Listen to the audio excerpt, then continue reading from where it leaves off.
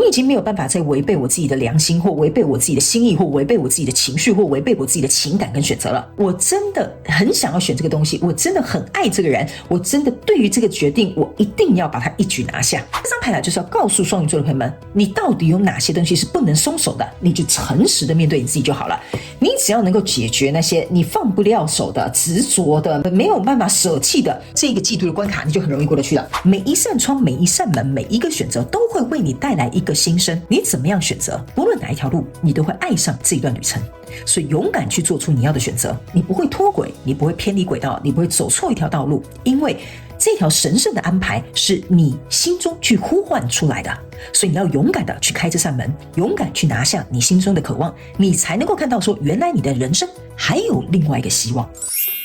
Hello， 双鱼座的朋友们，大家好，我是 Jane。今天这个影片呢是要给双鱼座的朋友们的技能量运势牌卡解读哦。那技能量运势牌卡解读呢，没有任何时间上面的限制啊，所以呢，如果你不是在首播的时候看到我们这一则影片的话呢，我会建议你啊，前后推销3个月，或以你当下的这个季节为主。然后呢，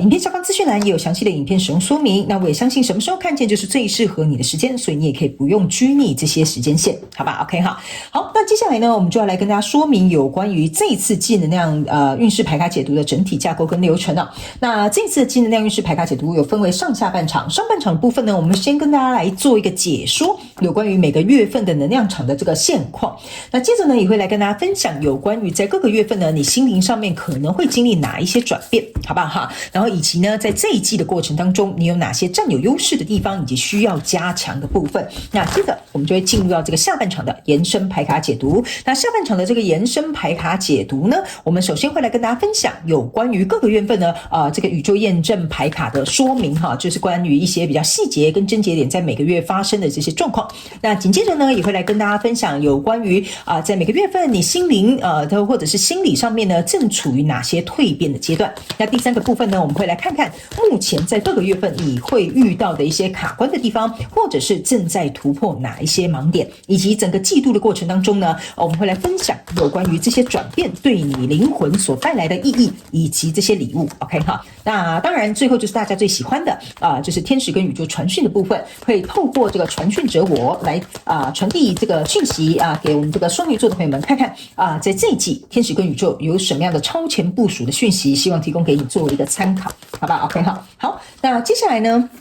我们就准备来进入到这个你这一次的技能量运势牌卡解读了，好吧 OK 好。好的，我呢首先把你的这个牌卡抽出来了，那接下来请这个双鱼座的朋友们给我一点时间，让我去感受你能量场上面的呈现跟细节 OK 好，请稍后哦。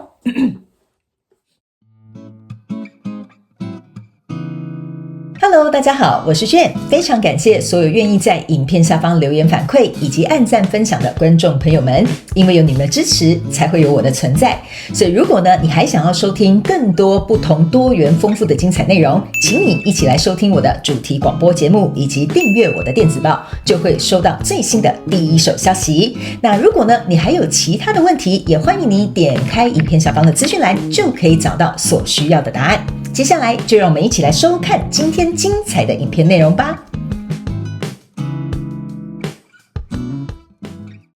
OK， 行。我个人觉得双鱼座的朋友们这一次的技能量运势牌卡解读它这个能量场很耐人寻味我不知道为什么我第一个感觉就是用耐人寻味的这个感觉来做一个形容 OK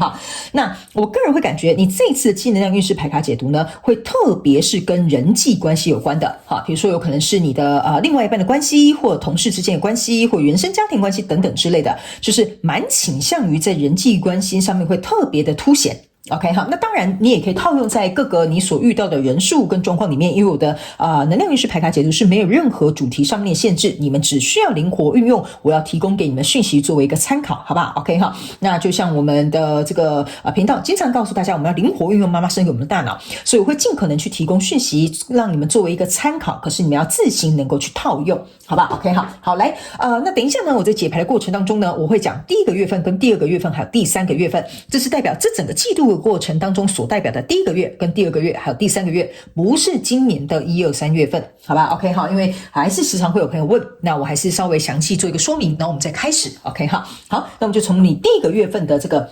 能量场来跟你做一个解释哈。首先呢，第一个月份你抽到是恋人牌卡，抽到是权杖6，抽到的是一个吊人牌卡。这3张牌卡呢，在你第一个月份呈现出来的时候呢，这就是为什么我觉得很耐人寻问哈。就是说呢，在这个呢，跟你交所相关状况、人事物、事件、梦想或目标呢，在第一个月份呈现出来的就是，我觉得这整个状况都很好啊，我也可以看得见我们的未来啊，甚至别人也都很看好我们这一段关系啦，这一段合作啦，或者一个目标的发展。OK 哈，这个呢就是个恋人牌卡跟权杖6给我的一个感受。OK。但是呢，这边我必须要跟某部分的双鱼座的朋友们讲哈，你的这一段关系跟这个合作或这一个你要追求的这个梦想跟目标呢，某部分的人应该占10%到15%左右，没有很大的比例哈。你们呢是有一点像是被我不能说赶鸭子上架，但是有一点像是说你骑虎难下。好，就比如说假设好了哈，你可能我举一个比较简单的例子，就是说比如说好了，你有一个蛮不错的工作，好，我现在举工作，好 ，OK， 这样你们比较容易灵活套用。那当然，大部分的应该是跟人际关系有关哈。就比如说，假设你现在有一个做很久的工作，哈，甚至你可能在这边已经做了3年、5年或10年都 OK 哈。那这个工作其实可能给你一些不错的待遇也好啦，哈，或者是比如说在这边的同事可能也都不错啦，哈，甚至可能主管也很欣赏你啊，哈，这个就是这个恋人牌卡给我的一个感觉，就是目前表面上看来好像都没有什么太大不对劲或不对盘 ，OK。那为什么我会说你赶鸭子上架，或者是说有点像骑虎难下的意思，就是说这里就是没什么毛病，所以呢，你反而骑了虎，你要下来就有点麻烦哈。比如说，假设在这里，你突然扪心自问，或突然有点想说，我这辈子难不成都要当别人的员工吗？我要不要来斜杠啊，或来创业一下啊，或者是做一些，比如说我职场生涯上面的改变啦，好 ，OK。但是呢，这个为什么会说15%大概有骑虎难下的感觉，就有点像说，明明这里就好好的，我根本没事找事做，甚至有一些人是被别人拱上去的。OK 好，为什么叫赶鸭子上架或拱上去，或者是骑虎难下？就是说，旁边人都会跟你讲，这个工作这么好，你是哪里有毛病啊？哈，你干嘛没事要离职啊？哈，那你这个还有退休金啊？你这个福利还怎么样 ？OK， 所以这就是旁边的人可能也会作用这个情势，告诉你说，你要不要再想想啊？你这样不太好吧？这很 OK 啊，你为什么要这样子啊？哈，反正呢，就是会有一些旁边的声音或声浪会告诉你，你已经骑上这匹马了。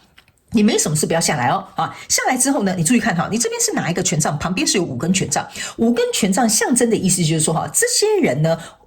不是说他们对你落井下石，他们可能也是关心你、在乎你，也是觉得这个机会不错，所以呢，他们会觉得，如果你要下了这匹马，会有很多冲突，或者是矛盾，或者是言语，或者是比如说有一些声音会出现。OK 好，那例如说假设好了，你这个工作可能做了很久，你们全家可能就是靠你在吃饭 OK， 那你突然说你要去创业的时候，那旁边靠你吃饭这些人就会有点紧张，好，或者是可能会觉得说这是一个很大的变动，这样对我们家不好吧？你这样子什么等等之类的哈，就是可能会有这些声浪出来。OK， 他们可能为了要把你拱坐在这一匹白马上面哈，让你这个很成功、很顺利，然后表面都很美满各个方面都很 OK 的这个状态之下，不想让你下台。OK 哈，所以这15%的这个双鱼座的朋友们哈，会变成是说，你就只能卡在这个位置上，暂时不得动弹。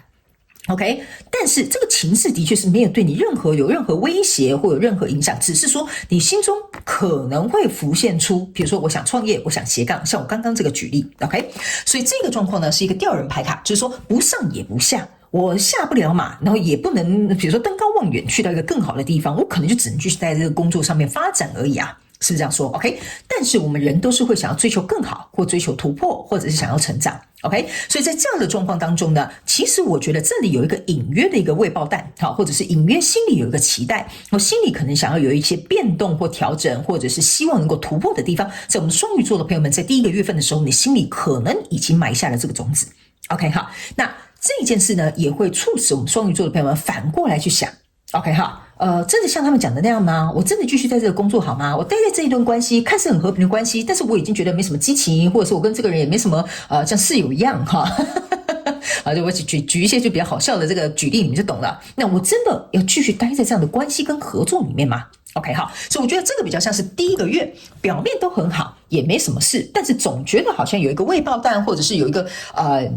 就是目前呢可能就是我们双鱼座的朋友们呢，不好意思我调整一下，进入到专注模式，好不好？请大家等我一下，我调整一下我的那个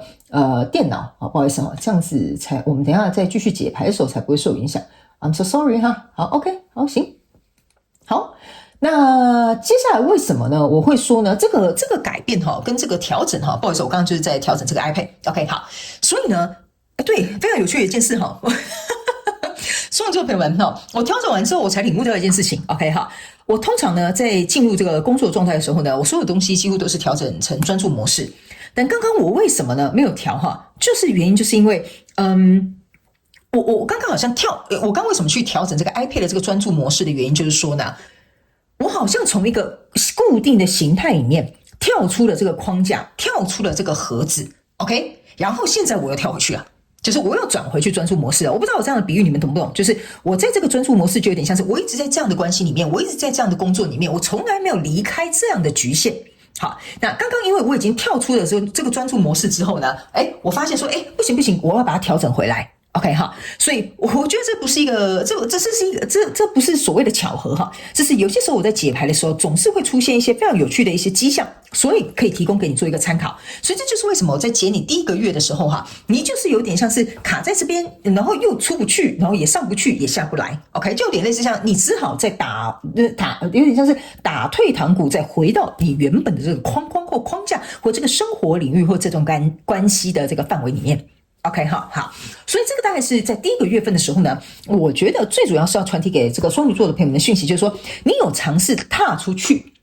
但是又跑回来。OK， 好，来，那没有关系，我们来看第二个月怎么样。OK， 好，来。第二个月份呢，来到这边就有一个 Judgment 跟一个宝剑8，然后还有一个权杖4。OK， 好，是非常有趣的一件事情呢。在第二个月，我要跟你做一个分享双鱼座的朋友们，来到这个第二个月份的时候，你开始意识到了，我踏一只脚出去，踏一只脚又回来了。我发现我好像困在原地里面。就像这个宝剑8一样，我好像被束缚了，我好像看不见我前方的道路了，我好像绑手绑脚的，什么事都没有办法做了。OK， 好，那最重要的是你注意看，这是宝剑8，左右两边是4支宝剑。4支宝剑的意思是说，我转头往左边看，或者是转头往右边看，总是想左边又想右边，两边我都有点没有办法兼顾。就是说我到底是要兼顾我想要去斜杠的梦想呢，还是要有一个稳定的收入呢？还是说我想恢复单身呢？还是要在这样子看似平凡无奇，也无风无雨也无量的感情当中继续沉浮呢？ OK， 这就是有点像是左右为难或左思右想的一个感觉。 OK 哈，但是又看不到前方的一个结果，但又感觉在这个状况当中被局限了。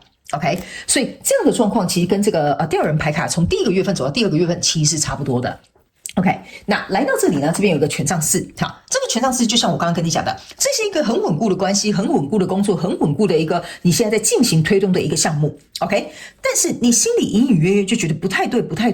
我总觉得哪里苗头不对。好 ，OK， 好，那再加上这个权杖4，加上这个过去这个1月份的这个第一个月份的牌卡这是权杖10，意思就是说呢，你其实知道这个固定在这个框架里面的这个工作啦，这一段关系啦，或这个你正在追求的目标，它是有对等的责任的。意思就是说，假设我要离开这段婚姻好了我就举个例，比如说我要离开这段婚姻，它是有一个责任的。OK 好，比如说我们离了婚，就是我们要有赡养费，小孩子要照顾，我的生活该怎么样重新去制定，我们要如何分这些财产。好，那我们在一起的话，我们也有婚姻里面体制的这些责任。OK， 所以你不管在这个框架内或框架外，你都有相对应的责任。所以这个意思呢，就是为什么你在这边有左边宝剑4，右边宝剑4，是因为这个权杖4这个目前稳固的状态，你不管怎么想，你都没有办法得到一个肯定的答案。就是说，到底离婚好呢，还是留在这里好呢？到底离开这个工作，还是去创业好呢 ？OK 哈，这个都会去影响到第一，影响到这个稳固的根基；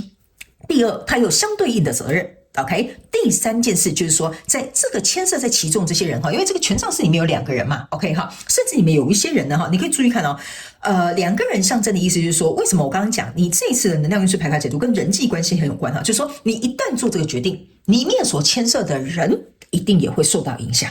OK 好，所以来到这边呢，这边有一个叫做 Judgment 的意思就是说你有点在思考说，我自己的这个判断到底是准确吗？或公平吗？或适合吗？或者是比如说，到底是不是一个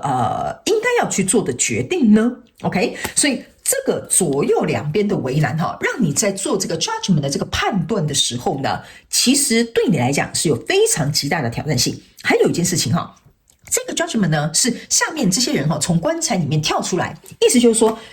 你虽然知道说这个选择、这个改变或这个你想突破的东西是有点困难的，但是你自己心里也有一个感觉就是说，如果我不置之于死地的话，我怎么知道我会不会重生？OK 哈，所以我觉得这个被不管是压抑的这个种子啊，或者是想要改变这个欲望啊，或者是希望能够有过突破的这个门槛，我觉得已经在你心里不断的加强加大它的音量。你已经无法忽视，你已经没有办法抹灭它，你没有办法自欺欺人，你没有办法说服你自己说，哦，我假装没看见，我不要改变这个一切都很好，这表面都没有关系我觉得这样是很稳定的 OK， 我觉得你已经没有办法再做到这件事情，所以这个 judgment 在这里就是有点像是说有一个大声公一直在你脑海里在那边呼喊说双鱼座的朋友们是不是要改变工作啦？双鱼座的朋友们你确定这个人适合你吗？就这个大声公越来越大声正常来讲这个天使这边应该是有一个很像是喇叭的这个图像但是呢，这个天使在这边有一个十字架 ，OK 十字架 ，OK， 这张牌来就是给我有一种感觉，就是说你已经不想要再承接所有人的愿望或者是期待，而被钉在这个十字架上面，就跟耶稣是一样的道理，你懂我意思吗？耶稣钉在十字架呢，当然我不是基督徒我不是很了解那个来龙去脉，但是有一点像是说我愿意牺牲自己去换取你们，或我愿意达成你们的期待。有所牺牲，这个东西已经渐渐对你来讲不适用、不适切，或对你来讲已经没有再有足够的推动力。OK， 所以这个 judgment 的声音会越来越大，而且你也会去批判不是批判这个其中给你这些压力的人，或者是这些转变，你会去扪心自问你自己，就是说我这样做继续待在这里，或不做任何变动，真的是一个对我来讲是很适合的选择吗？OK， 或符合我未来想要的蓝图吗？这个是在你第2个月份的时候，这个音浪会越来越大OK 音浪如果太强，你就被晃到地上了所以呢，我们来看看非常有趣的第3个月份来了。第3个月份呢，你抽到是权杖7跟权杖2，加起来是权杖9，这边有一个恶魔牌卡，象征的意思就是说呢，你注意看这个恶魔牌卡跟恋人牌卡为什么会跟你讲它就是互相一体两面的 OK， 你可以看这边是一个天使，这边是一个恶魔，这边是2个人用铁链拴住，这个是2个人用手牵在一起的OK 好，所以呢，来到第3个月份的时候呢，你可以注意看这个权杖7加权杖2，象征的是权杖9。权杖9呢，意思你看这个人是2支权杖选1支，这个人呢是7支权杖选1支。OK 哈，所以意思就是说呢，你在第3个月的时候，你发现你不能再忍了，或忍无可忍了，或者是不能够再接受了 OK， 因为在第2个月份的时候，你已经想要为这个状况下最后的审判，或者是下最后的决定，或下最后的通牒都可以OK 好，所以来到这里呢，这个权杖9就是说我不能再退了，因为这样子对我来讲不是一个我可以去体验到我真正的活着，或者是在这段关系里面被爱着，或在这一段合作里面是能够有流动的，因为这个已经从所谓爱的形式来到了一个捆绑的状态，所以他才会从恋人变成这个 devil 象征的意思就是这已经形同一种捆绑不自由了，不管是心灵上面不自由，财富上面的不自由，精神上面的不自由，或行动上面的不自由，他已经从这个变成这个了OK， 所以这样子的捆绑呢，不管是在什么样的身心灵的这个境界里面，对你来讲，你觉得你已经不能够再承受了OK， 所以来到这个权杖7呢，意思就是说呢，如果你看一开始这个第1个月权杖6在这边嘛，你在第3个月这个权杖7权杖6在下面嘛，你开始想要起身为自己捍卫，就是我不想再假装一切没事，或者是你们拱我上台，我就得坐在那个位置上，所以我想站起来，拿着我自己2个道路所选的这一条权杖，为自己捍卫一个我真正想要的未来。OK， 所以我觉得在第3个月，你可能会有所领悟，就是说什么才是我想要的，什么才是我想要追求的，什么才是符合我接下来未来的蓝图的。因为人生它是有季节性的，我觉得你的另一个新的季节即将要到来，所以这个内心当中的我觉得曲折、转变、思考，或者是模拟甚至有可能有某部分的双鱼座的朋友们，你甚至会认为这是一个应该要发生的转变，会在这一季可能会发生 OK 哈，来接下来呢，我们就来看你在这一季各个月份你心灵上面呢会有什么样的经历哪些转变，我们来看一下，等一下我再告诉你呢，在这个季度的过程当中，你有哪些占有优势的地方，以及需要加强的部分，好不好 OK 哈，好。行，行，然后接着在下半场哈，大家也不用担心，我刚刚讲的这些呢是一个有点像是一个轮廓。我们在下半场呢，我会用这个宇宙验证牌卡来告诉你各个月份更多的细节跟症结点，所以欢迎你来参加我们下半场的延伸牌卡解读，好吧 ？OK 好，来，首先呢，在每个月份，第一个月份你心灵会经历什么样的转变？心灵或者是心理都可以啊，哈，没关系，看你喜欢用什么样的名词 ，OK 好，来这边呢，就是你看吧 ，clean out the clutter， 就象征你就是说你要去清除一些没有必要的东西。这是一只青蛙 ，OK 哈，这一张牌卡哈，其实就是要我告诉双鱼座的朋友们哈，青蛙呢，它要变成王子哈，它需要经历一些考验，还要有这个公主来亲它，它才能够蜕变。意思就是说呢，我觉得这一季的这个改变哈，你非常有可能会遇到有一个东西可以 trigger 你，或者是 catalyze， 就是它有点像是一个催化剂，让你觉得哦 no， 真的不可以再这样下去了。OK 哈，我真的没有办法再骗自己了，或者是这个决定我不能再拖延了。OK， 所以这个青蛙的这张牌卡在你第一个月份要告诉你，你心里会经历哪些转变，就是你现在正在酝酿的阶段。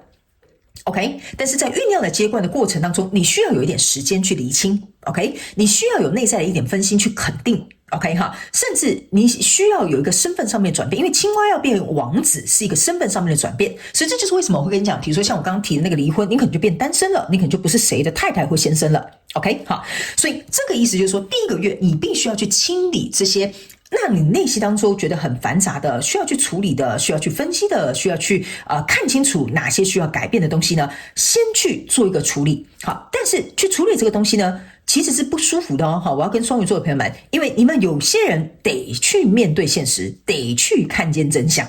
OK， 所以清理这个东西并不是舒服的。我必须要跟你讲哈，为什么我在这边讲话我有点卡住的原因，就是说，你们有一些人甚至会把一些旧账翻出来。有一些人甚至会把你假装看不见的东西呢，这个时候没有办法了，他要浮上台面，你要拿出来看了。OK 哈，甚至有一些人呢，你以前得过且过，或觉得没有关系啊，小事一桩而已啊，现在都不是小事了。OK， 所以在第一个月份的时候，你心里会经历哪些转变？你就会发现说，奇怪，这些真相怎么浮出台面了？这让我感觉很不舒服。好，这个代表我要一个转变 ，OK？ 但这边呢，他们要我特别提醒某部分双鱼座的朋友们，我说的身份上面的转变哈，不是代表说你一定要跟这个人离婚，或一定要跟这个人拆伙哈。我们身份要有一个巨大的改变，不是的，这个也可以去象征一个，就是你已经不是过去那个你了。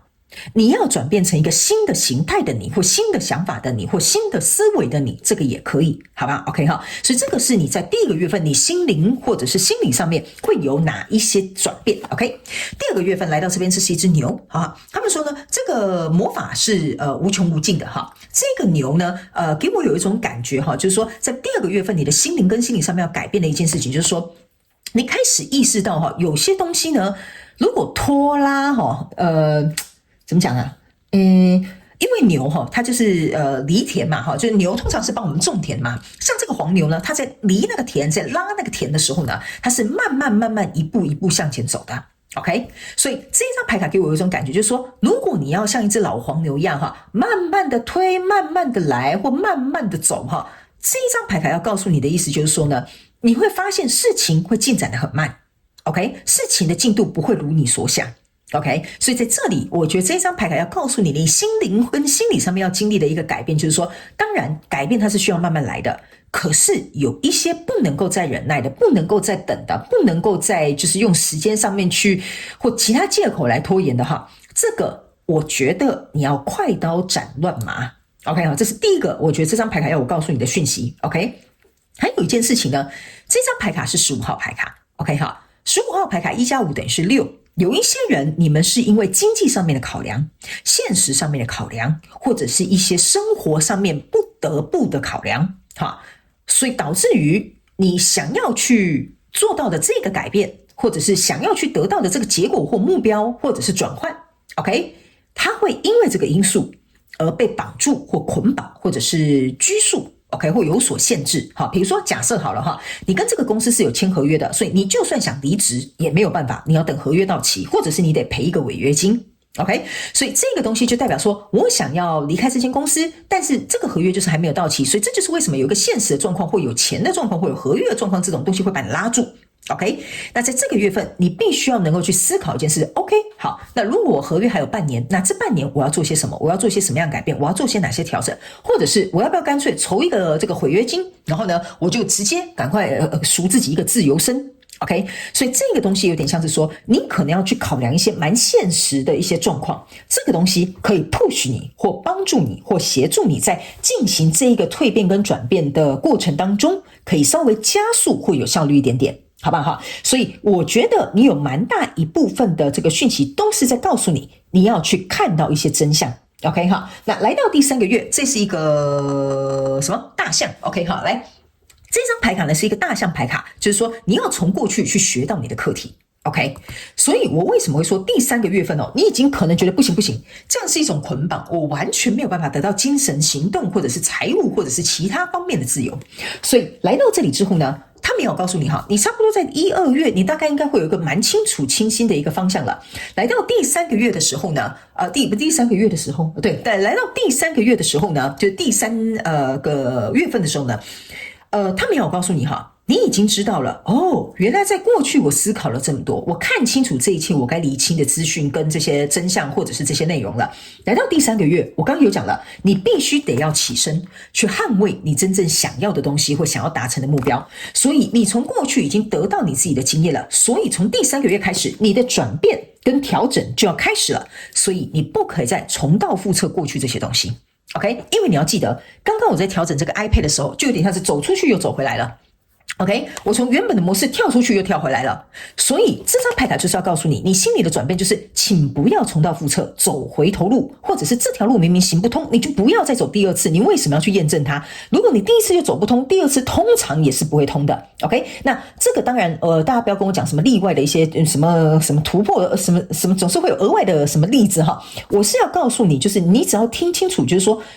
这个是在提醒那些你已经知道这条路就是一条老路。走不通的老路，那你就别再走回头路了，或者是不要再重蹈覆辙这样的状况了。OK 哈，来，因为我觉得你在第3个月你是很清楚的一个状态。OK， 那这整个季度你的灵魂呢，哈，或者不是灵魂，你的心灵或心理要处于哪些这个经历这些转变哈？这张牌卡呢是给你看一下，这个叫做，请你能够勇敢无惧，并且勇敢。OK， 这就是4号牌卡，这个意思就是说呢。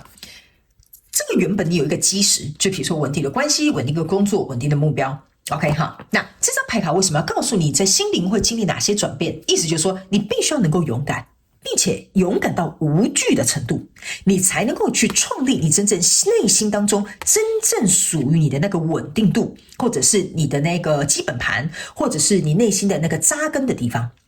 OK， 好，因为我总觉得你们这边双鱼座的朋友们，你们有点像是在重新去翻盘或调整你自己的这个人或这个框架或这个关系或这个合作。OK 哈，所以旧的模式应该是不太适合你们，所以才会来到一个你必须要有所改变的这个契机。那接下来我们来看这整个季度过程当中，你有哪些优势，以及哪些